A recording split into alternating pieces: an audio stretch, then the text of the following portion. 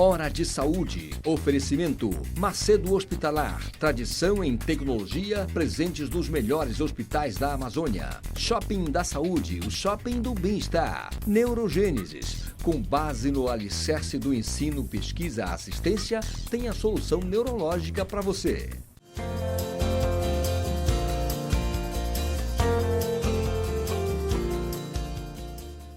Caros amigos, não percam, neste domingo, às 10 da manhã, no horário convencional, o programa Hora de Saúde.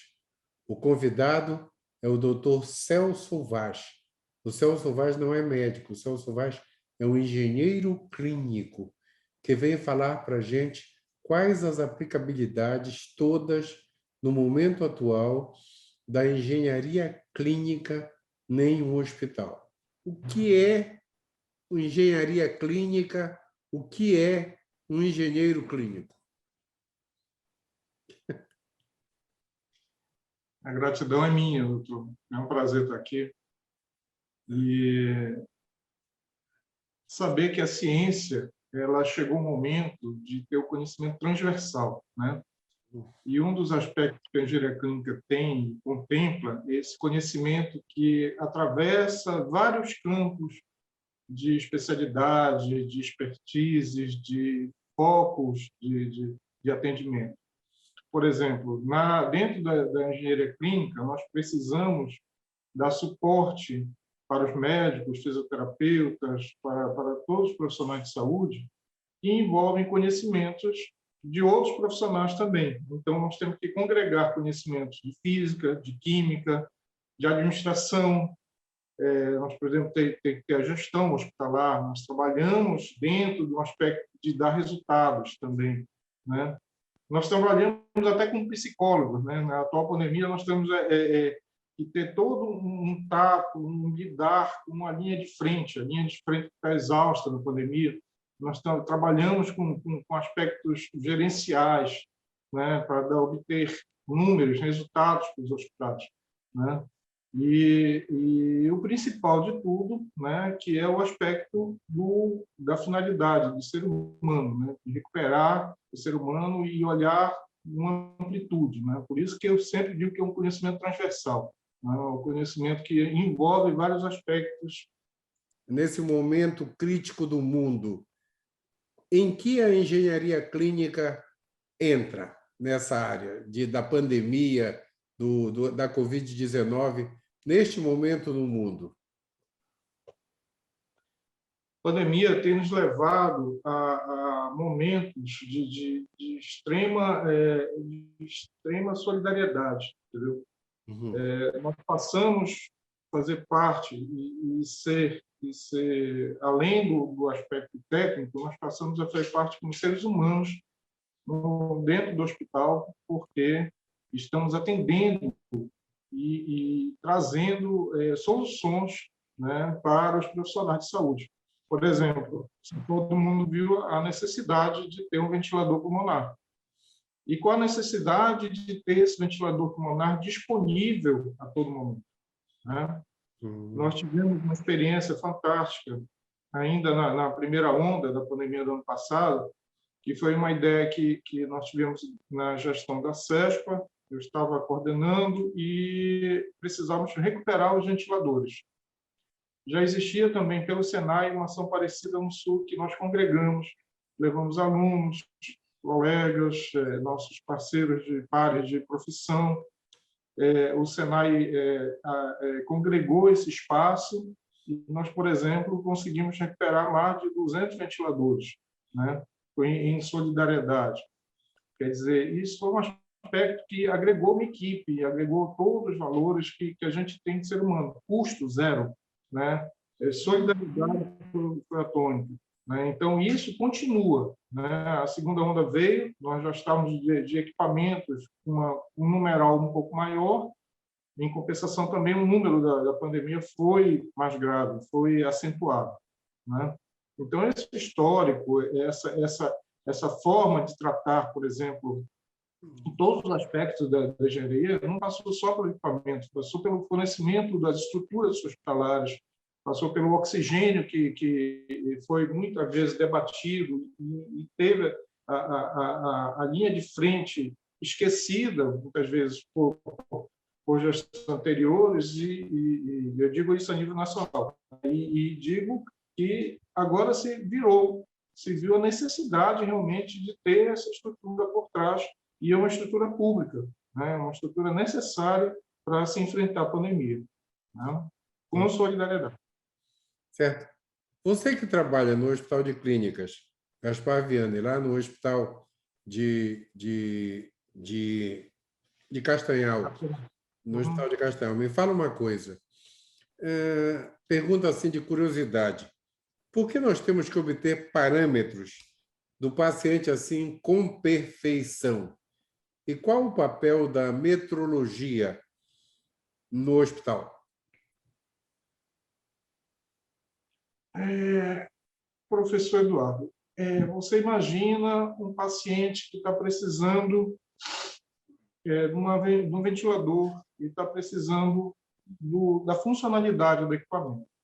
Você tem dois lados. Ou você fornece pouco oxigênio, se o ventilador estiver descalibrado, ele não vai atender, né? Ou pode causar um barotrauma, que vai ser a consequência se você colocar muito oxigênio e muito volume de ventilação para o paciente, né? Então, nós precisamos a perfeição, nós precisamos a excelência, né? E isso nós estamos buscando sempre. Nós falamos desde o momento de sala de aula até nossos colegas que são fiscais da vigilância sanitária, a necessidade dessa perfeição, né? Nós temos que abranger o campo da ciência, trazer a ciência para dentro do hospital, porque a metrologia é fundamental. Nós temos três aspectos. Por exemplo, eu citei do ventilador. Nós temos, por exemplo, a esterilização. Nós temos equipamentos que precisam estar calibrados, precisam estar qualificados dentro de uma esterilização. O que adianta a gente estar fazendo todo um esforço, o senhor como cirurgião sabe que se chegar um instrumental que tiver, mesmo passado por equipamentos esterilizadores, e uma equipe muito boa, uma equipe de enfermagem maravilhosa, tal, mas se uma autoclave que foi esterilizar isso aí não estava cumprindo seu papel exato de trazer os padrões de temperatura, pressão, tempo exatos, você não consegue sucesso na esterilização do instrumental. O que é que acontece? Você vai estar levando a infecção. No momento da cirurgia, você está levando no instrumental a bactéria. Você não conseguiu o índice de letalidade no microbiana dentro do processo. Aí você já leva para a infecção hospitalar, você já leva para dentro do instrumental a infecção do equipamento e vai levar o paciente a outro quadro grave, né, dentro do hospital. Temos outros aspectos também fundamentais, né? Por exemplo, eu trabalho muito também com o aspecto da radiação ionizante, né? Nós temos vários equipamentos dentro do hospital hoje em dia que trabalham com radiação ionizante. Se você tem, que já vi exemplos dentro do hospital, se você tem paredes que não estão devidamente blindadas, né? Eu já vi um caso num grande hospital, cliente nosso, que por um erro de pedreiro, o profissional da construção civil esqueceu de balitar uma parede. E essa parede estava justamente do lado do atendimento pessoal. Quer dizer, você estava expondo uma tomografia e jogando a radiação todinha em cima de uma sala de espera. Graças a Deus, nós chegamos antes, verificamos o problema só por manutenção detectiva, né, com os aparelhos próprios para isso, e percebemos que aquela parede não estava blindada, né? A parede não blindada levaria uma tragédia, né? Porque a gente levaria a radiação ionizante para as pessoas, né? E com o tempo você sabe que essa radiação faz muito mal para a saúde, né? Ela pode gerar, né, como o aspecto da radiação tem essa forma letal de duplicar as células, né? Elas têm um comprimento de onda muito pequeno e cobrem um rompimento celular, ela vai duplicar uma célula que pode ser cancerígena, né? Que pode ter uma má formação. E isso tudo é um aspecto que pode ser um evento adverso dentro do hospital e pode ser evitado com a presença do engenharia clínica, né? É interessante, Celso. Desculpa, eu vou te chamar de Celso, tá? Pode me chamar de Eduardo. Celso, deixa eu te falar. Logo que começou a pandemia, tinha uma meme, eu repito muito frequentemente isso, que era assim, um laringoscópio, aquele aparelho que usa para entubar, e o texto embaixo era assim: se a população soubesse quantos médicos sabem manusear direito isso, não teria uma mosca na rua, porque todo mundo estaria preocupado em se cuidar para não ter que ir para o hospital.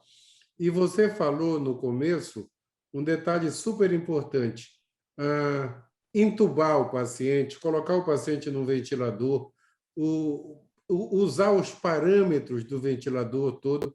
Hoje, isso é altamente especializado, né? Você tem que ter alguém ali manuseando o paciente com uma qualidade de conhecimento incrível. E eu estou te falando isso porque no Hospital de Clínicas e lá no Hospital Público de Castanhal, em que você trabalha, existe você. Mas eu estou te perguntando mesmo porque eu não encontro ou não conheço os engenheiros clínicos dos outros hospitais. Na tua profissão, tem que ter um engenheiro clínico em cada hospital? A legislação ela ainda exige só a partir de 100 leitos. Tá? 100 leitos. 100 leitos. Mas nós sabemos da necessidade até de uma clínica, né, particular ter um engenheiro clínico. Porque o engenheiro clínico vai fazer parte desde o planejamento estratégico, né, no projeto, ou numa reforma. Né? Quantas vezes nós já chegamos em obras que nós precisamos ter que quebrar tudo? Tá? Nós temos que instalar um equipamento. Nós chegamos, por exemplo, o equipamento precisa de um dreno próprio, galvanizado, de uma série de detalhes. Nós precisamos de ar comprimido, precisamos de uma instalação elétrica adequada, precisamos de água adequada, que, por exemplo, é um aspecto que o químico entra na composição da água do hospital, que dá um doutorado isso. Né? Então, nós precisamos sempre estar auxiliando o gestor, o médico, o dono do hospital, que precise, desde o projeto do engenheiro clínico. Nós já tivemos ocasiões que um médico muito amigo nosso comprou uma obra sem consultar. E eu, junto com o arquiteto, recomendamos ele derrubar a obra inteira, entendeu? Porque não tinha como aproveitar. Né? Então, para você ver, só íamos aproveitar o terreno, porque tem aspectos tanto de funcionalidade como no aspecto do cronograma físico financeiro, que não vão funcionar. Por exemplo, se você, como estava previsto nesse projeto, uma UTI com 5, 6 leitos, entendeu? Vai dar prejuízo. A UTI mínima que você tem da equipe, que está previsto na lei, são 10 leitos. E a equipe vai ser a mesma, se for de 5, vai ser de 10, vai ser a mesma. Entendeu? Então, o custo-benefício tem que mensurar, você tem que ter o engenheiro do lado para poder participar do projeto e desse planejamento estratégico. Né? O planejamento é fundamental. Com certeza. Celso, o nosso primeiro tempo acabou, está em cima da hora. A gente vai dar um intervalinho bem rápido e vamos continuar nessa conversa que eu te garanto que a maioria dos nossos espectadores não sabia que existia um engenheiro clínico. Com certeza. Só um instantinho. Pessoal, a gente já volta, já já.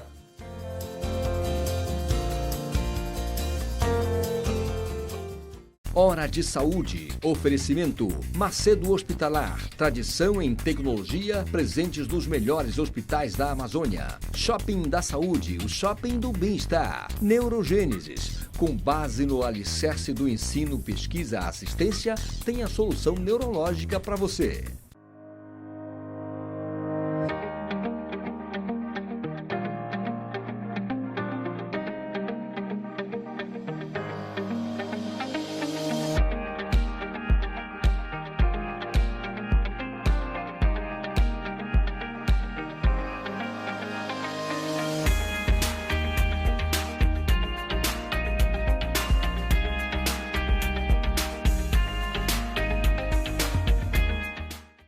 A Neurogênesis atua no mercado de saúde com produtos e serviços que se moldam às diversas tendências da transformação digital. Tem como foco estratégias de atuação na Neurosaúde 4.0. O objetivo é revolucionar o atendimento médico e multiprofissional no contexto da neurociência, com entrega personalizada do diagnóstico à reabilitação neurológica. Neurogênesis, educação, pesquisa e assistência. Fones 984-510900, 3085-1600. Rua Municipalidade 985, 19º andar. Hora de Saúde. Oferecimento Macedo Hospitalar. Tradição em tecnologia, presentes nos melhores hospitais da Amazônia. Shopping da Saúde, o shopping do bem-estar. Neurogênesis. Com base no alicerce do ensino, pesquisa, assistência, tem a solução neurológica para você.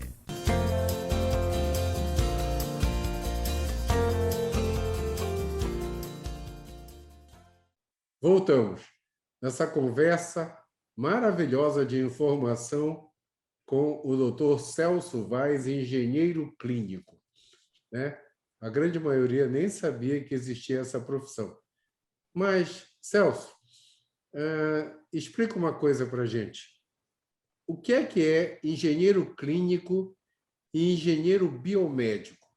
Tem diferença nessas duas coisas? Sim, doutor, sim. A engenharia biomédica é um campo mais amplo, né? O gerador de profissionais, por exemplo, que pode se desenvolver programas, software para você usar nos equipamentos, pode se envolver na pesquisa, né? Você tem instrumentais, tanto de uso laboratorial, farmacêutico, terapêutico, que podem contribuir, né? Sem necessariamente estar ligado ao hospital, tá? Aos aspectos particulares do hospital. A engenharia clínica traz as demandas que aparecem dentro do hospital. Perfeito, tá? Perfeito. Essa característica é um campo dentro da engenharia biomédica. Tá? A engenharia biomédica é o campo mais amplo, a engenharia clínica traz os aspectos que estão dentro dos fatos geradores, assim, que aparecem de dificuldades no hospital. Certo. E, Celso, os hospitais antigamente aqui em Belém, uma grande maioria, eram adaptações de casas antigas para o hospital. Sim. E você falou aí que o engenheiro clínico seria a necessidade de, a partir de 100 leitos. E esses hospitais todos que saíram de casas tinham bem menos que isso. Agora, a questão de opinião. Não deveria ter sempre um engenheiro clínico para qualquer hospital, ou para qualquer clínica, ou para qualquer atividade? Porque o mundo de hoje, com a tecnologia que nós usamos nos hospitais, eu sempre falo para os meus pacientes, antigamente era o médico, o estetoscópio, o aparelho de pressão, o remédio e o paciente. Agora tem os exames, tem a ressonância, tem a tomografia, tem o raio-x clássico, tem o ultrassom, né? Mudou tudo. Então, hoje tem o médico, o exame físico, o exame clínico e os exames complementares, que são uma quantidade enorme nesses últimos 40 anos, que é o tempo que eu sou médico. Quando eu formei, não existia ultrassom, não existia tomografia e não existia ressonância. Isso é depois que eu me tornei médico. Então, você não acha que para fazer qualquer atividade nessa área tinha que ter um profissional? Eu parti daquele exemplo das casas antigas aqui de Belém, que viraram clínicas e hospitais. Exatamente. É uma bela lembrança. E todos nós sabíamos a dificuldade que o profissional tinha para fazer um diagnóstico do paciente sem muitos parâmetros, né? De imediato. Como a ciência evoluiu, trazendo instrumentais, equipamentos para auxiliar o médico, né? E esse aspecto de auxiliar o médico traz no seu bojo também parâmetros seguros, né? Por exemplo, você falou do ultrassom correto, bem calibrado. Já a RDC 330 da Anvisa já contempla, inclusive, os padrões de qualidade de imagem no ultrassom, né, que não tinha antigamente, agora é lei, né? E tanto do ultrassom como mamografia, por exemplo. A mamografia é um exame que exige uma alta resolução, tá? E qualidade de imagem, né? Por exemplo, você tem uma legislação toda, que é a RDC 330 também, que contempla a qualidade da imagem de mamografia, que exige a verificação para que não haja um falso positivo. Já pensou que você está laudando, um médico está laudando e verifica um artefato de imagem que pode se confundir com uma lesão, né? Uma tumoração. Então, isso causa uma insegurança para o médico, para o paciente, horrível, né? Então, se você não tiver uma engenharia clínica, uma estrutura por trás que vai lhe dar segurança no que você está realizando, no que você está executando, você está trabalhando no escuro, né? E isso passa por todos os campos da clínica, do hospital. Com Né? certeza. Então, no mundo atual, para construir um hospital, para reformar um hospital, para mexer no hospital, eu tenho que ter um engenheiro clínico. Essa é a realidade, concorda? Concordo plenamente. Você vai ter economia com isso, você vai ter segurança, você vai ter qualidade, você vai ter o aspecto de convir, exercer o seu papel como médico, né? A obrigação nossa é dar suporte para o médico e dar suporte para o profissional, enfermeiro, fisioterapeuta, todos eles. Certo. E agora me fala uma coisa, Celso.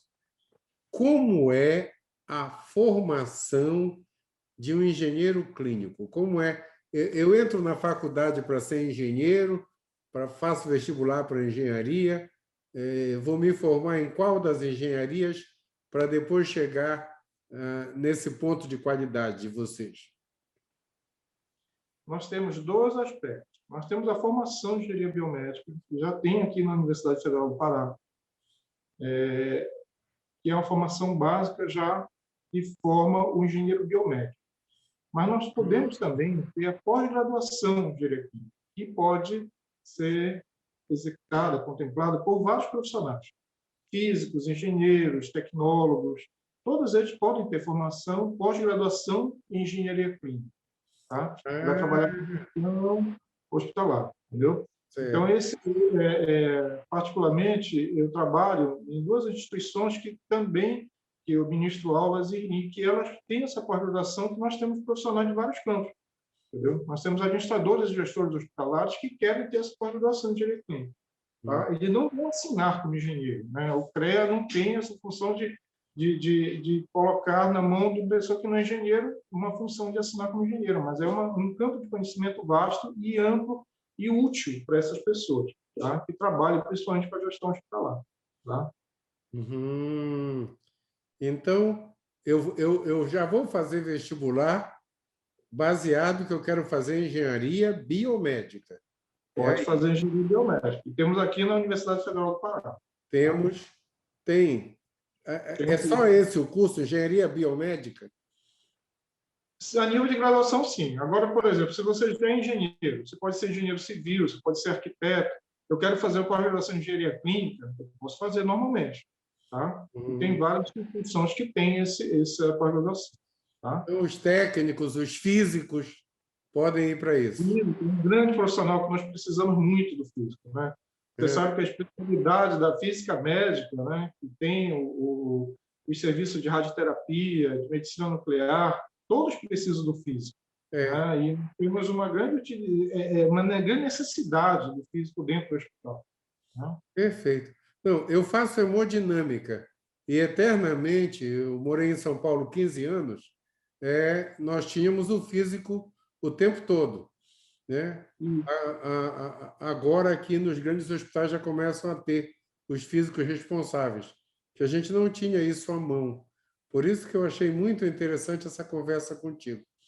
Mas, olha, Celso, estamos nos nossos minutos finais. Eu queria as tuas considerações finais e a gente sempre dedica o programa a uma instituição ou a alguém da ciência, alguém que vale a pena.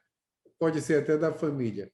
Então, as tuas considerações finais e pode dedicar o programa. Ainda temos 1 minuto e meio para isso.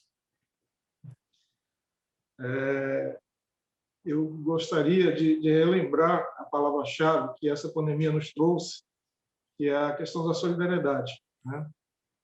E não há dimensão financeira que pague por isso, né? Nós estamos aprendendo demais com essa pandemia a ser solidários, no aspecto dos humanos, estamos desenvolvendo muito. E nesse aspecto, a Universidade Federal do Pará, que foi a casa que nos abrigou, que é uma universidade pública, gratuita, né?